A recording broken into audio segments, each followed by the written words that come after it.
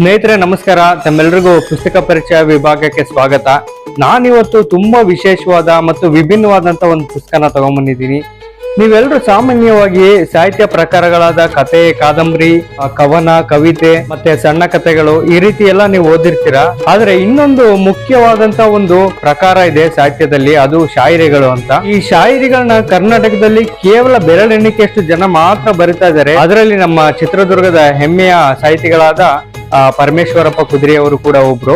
ಅವರು ಬರೆದಿರ್ತಕ್ಕಂತ ಪ್ರೀತಿ, ಪ್ರೇಮ, ಪ್ರಣಯ ಅನ್ನೋ ಕನ್ನಡ ಶಾಯರಿಗಳನ್ನ ನಾನಿವತ್ತು ಪರಿಚಯ ಮಾಡ್ಕೊಡ್ತಾ ಇದ್ದೀನಿ. ಮೊದಲನೇದಾಗಿ ಲೇಖಕರ ಪರಿಚಯವನ್ನ ಮಾಡ್ಕೊಳ್ಳೋಣ.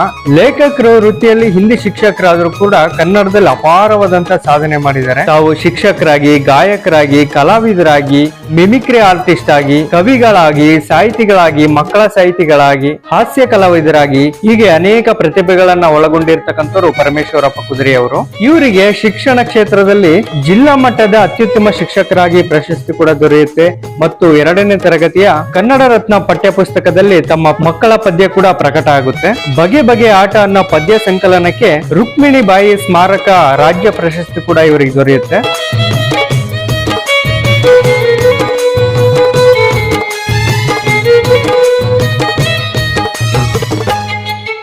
ನಾಡಿನ ದೊಡ್ಡ ದೊಡ್ಡ ಪತ್ರಿಕೆಗಳಾದ ವಿಜಯವಾಣಿ, ಪ್ರಜಾವಾಣಿ, ವಿಜಯ ಕರ್ನಾಟಕ, ಕನ್ನಡ ಪ್ರಭ, ವಿಶ್ವವಾಣಿ ಹೀಗೆ ಅನೇಕ ಪತ್ರಿಕೆಗಳಲ್ಲೂ ಕೂಡ ತಮ್ಮನ್ನ ತಾವು ಗುರುತಿಸಿಕೊಂಡಿದ್ದಾರೆ.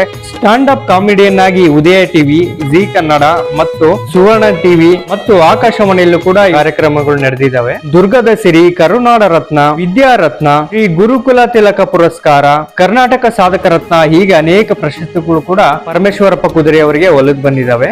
ಸೊ ಈಗ ಶಾಯರಿಗಳ ಬಗ್ಗೆ ಮಾತಾಡೋದಾದ್ರೆ, ಶಾಯರಿ ಅಂದ್ರೆ ಏನು ಅಂತ ಹೇಳಿದ್ರೆ ಕಡಿಮೆ ಪದದಲ್ಲಿ ಅಪಾರವಾದಂತ ಅರ್ಥವನ್ನ ಕೊಡುವಂತದ್ದನ್ನ ಶಾಯರಿ ಅಂತ ಹೇಳ್ತೀವಿ ನಾವು.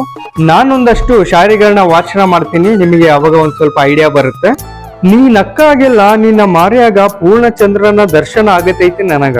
ಹುಣ್ಣವಿಗೊಮ್ಮೆ ತನ್ನ ಮಾರಿ ತೋರ್ಸು ಹೋಗ ಪೂರ್ಣಚಂದ್ರನ ತಗೊಂಡ್ ನಾನೇನ್ ಮಾಡ್ಲಿ.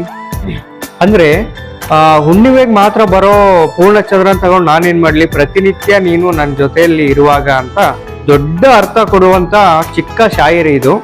ಘಮ ಘಮ ಅನ್ನು ಮಲ್ಲಿಗೆ ಮಾಲಿ ಮಾಡಿ ನಿನ್ನ ಉದ್ದನ ಕೂದಲದಾಗ ಮುಡಿಸಬೇಕನ್ನಿಸತೈತಿ, ಆದ್ರ ಹೂವಿನ ವಾಸನೆಯಾಗ ನೀ ನನ್ನೆಲ್ಲೇ ಮರ್ತು ಬಿಡ್ತೀವೋ ಅಂತ ಹೆದರಿಕೆ ಆಗತೈತಿ.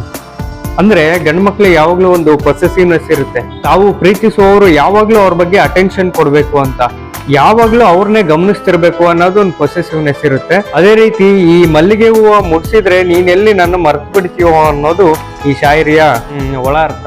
ಹೀಗೆ ಅನೇಕ ಶಾಯರಿಗಳು ತುಂಬಾ ಮನಸ್ಸಿಗೆ ಮುಟ್ಟುವಂತ ಶಾಯರಿಗಳು ಇದರಲ್ಲಿದ್ದಾವೆ. ವಿಶೇಷ ಅಂದ್ರೆ ಏನು ಅಂತ ಹೇಳಿದ್ರೆ, ಉತ್ತರ ಕರ್ನಾಟಕ ಶೈಲಿನಲ್ಲಿ ಸರ್ ರಚಿಸಿದ್ದಾರೆ. ಇವರು ಮೂಲ ಉತ್ತರ ಕರ್ನಾಟಕದವರು ಆಗಿರೋದ್ರಿಂದ ತುಂಬಾ ಚೆನ್ನಾಗಿ ರಚನೆ ಮಾಡಿದ್ದಾರೆ ಉತ್ತರ ಕರ್ನಾಟಕ ಭಾಷೆನಲ್ಲಿ.